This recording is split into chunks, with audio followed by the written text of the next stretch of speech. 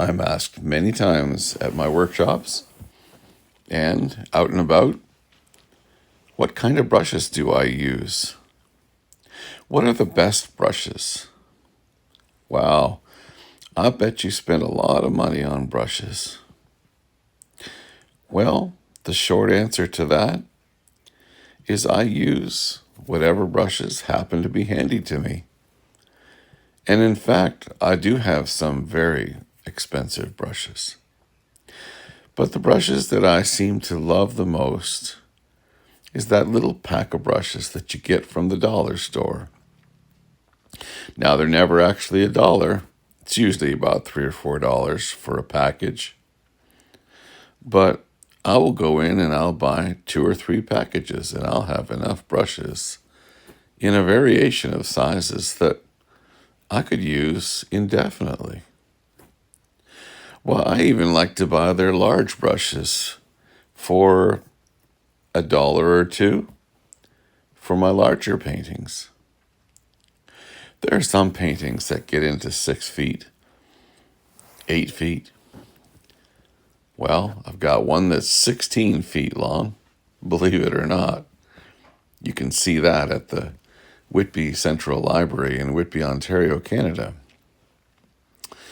And take it in. It was done with, I would say, some pretty large brushes that probably didn't come from the dollar store.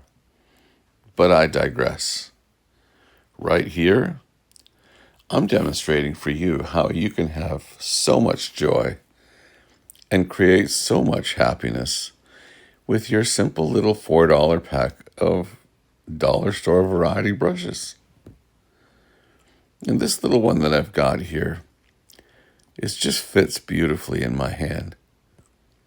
I remember in school when we would be given pencils by the teacher, and we'd use them every day to practice our printing and our writing and sometimes a little sketching. I always found time for a little sketching on the back of my notepaper or in my notebook or whatever. But as you sharpen the pencil, it gets shorter and shorter. And I kind of like that because I always liked those, what we call stubbies, those short pencils that just kind of, the eraser end just kind of fits almost in the palm of your hand. It just seemed to really work with my dexterity, I guess. The movement of the brush, the rolling of the brush, the turning of the brush. When it's a short brush, it has a different kind of a feel. Just like that pencil. And I just love the way I can just manipulate it and bend it and push it around. And the funny thing about these dollar store brushes is, well, you don't have to labor too much about cleaning them. I mean, I do clean them. I'll use the same brush for 9 or 10 or 12 paintings. But they start to disintegrate. You know, those little hairs just start to fall out. And there comes a point when you just can't use it anymore.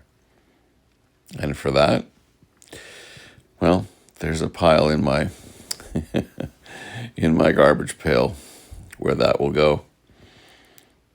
Sometimes I keep my brushes. It's a funny little thing, you know. Never ceased to amaze me how many years ago, when I first started painting in oils, I would teach a workshop and somebody would ask me if they could have one of my discarded old brushes. And then I remember one time when I was about to ship some paintings to a client, and they asked me if it was possible that I would be able to include in the package 1 or 2 of the brushes that might have been used on that painting.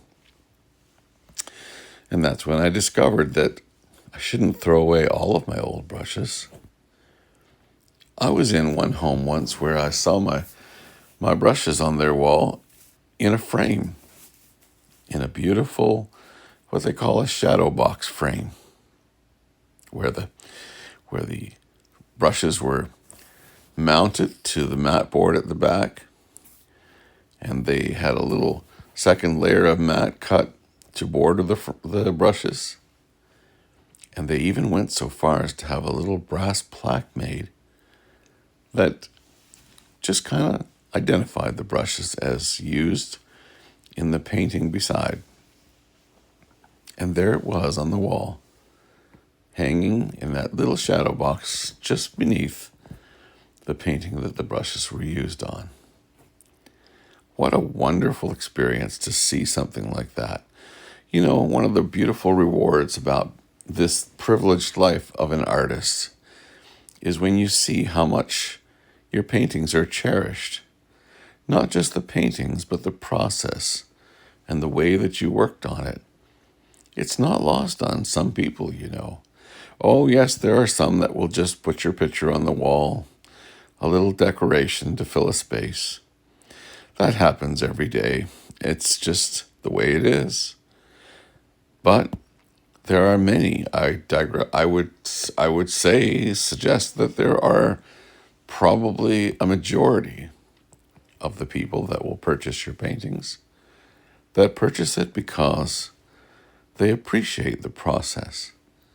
Maybe they've tried themselves since they were kids and they never really grasped the whole concept of painting and never really could pull it off on their own. But they sure do appreciate it. And when they see your work, they just want to own it because, well, you're able to do something that they were never able to really get a hold of.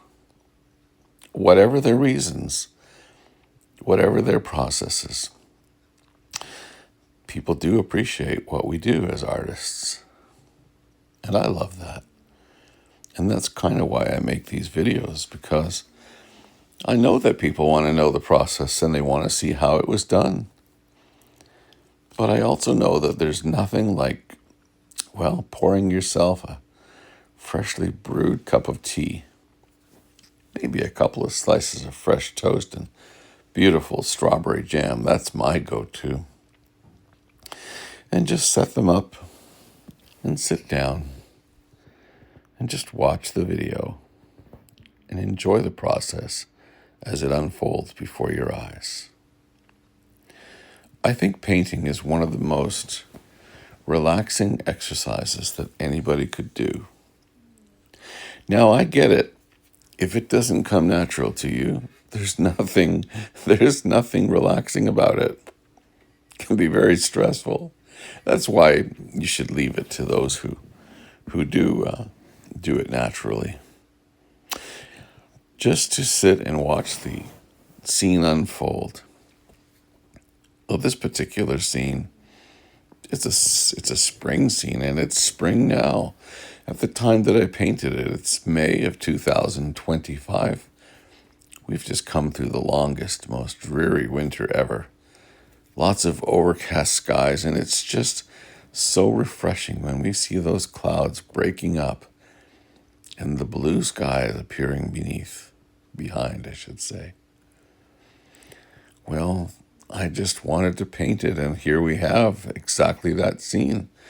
I was recently in Sudbury doing a workshop, and I spent a day or two either end of the workshop just touring around the area and taking pictures and doing sketches.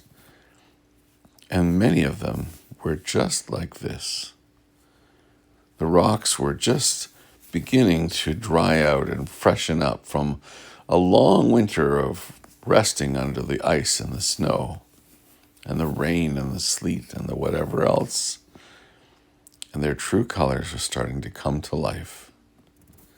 Now, I grant you that I probably embellished the warmth of these rock colors a little bit, but in some of those areas up there, north of Parry Sound, Killarney, Killbear, places like that, Whitefish Lake, well, you know, they just have those linear shapes in the rocks, scraped away by mounds of ice from the Ice Age, I guess. How God created things. And I think that over in the distance over there, the trees just haven't begun to spring their green yet. they're still kind of a rusty color, and they blend with the rocks. So I'm just adding a little bit of Cama yellow, I like to call it. It's one of the most beautiful colors ever. The company is called Cama. They're manufactured in Quebec, and I just love their paint. And they're yellow. Mix it with a little bit of Van Dyke brown, just a tad of white, and then you get this kind of a golden glow.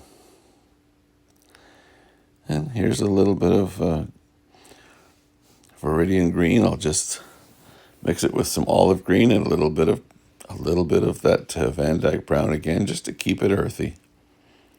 And with that same old dollar store brush, dollar store brushes just make the most wonderful raggedy trees. There's nothing fine about a tree. They just grow all over the place, and they're little needles or branches or leaves or whatever kind of tree you're painting. They just have a mind of their own, but they're always reaching up towards the light. And so I just like my color to reflect that happiness. Well, I'm going to even put some in the background here. I'll just drop it off somewhere between those trees and the water. We'll just lighten it up a little bit with a little bit of that Cama yellow. Some distant bushes, some distant pines, spruce or whatever's growing down there by the water. Just gives us a little bit of contrast, gives us a little bit of depth of field here, there, and way off in the distance. We're accomplishing that with a very little 8x10 painting. It's funny what you can do with ever so little. Keep it simple, stupid, as they say, the KISS concept. Don't let it get too complicated. I wouldn't. That's my style, I just like simplicity. I like everything to just come together in the most simplest possible way. And here I'm going to just put a little highlight in the water. That was a Prussian blue that is throughout the water right now, but I'm adding the same Prussian blue mixed with a significant amount of titanium white to lighten it up. And we'll just let the sky reflect beautiful highlights on the water, keeping it all from looking too dark. And I think it's just begging for summer sunlight. It's just waiting for the spring to usher in the warm days of summer. I'm ready for that. Maybe you are too. If you've enjoyed this video, I hope that you'll like it, and in the comments, just give your impressions and say what you liked about it. And tell somebody too. That's how we spread the word these days. And I'll thank you for dropping in. My name is Robert McAfee, and you can see my work at robertmcafee.com. Thanks for watching.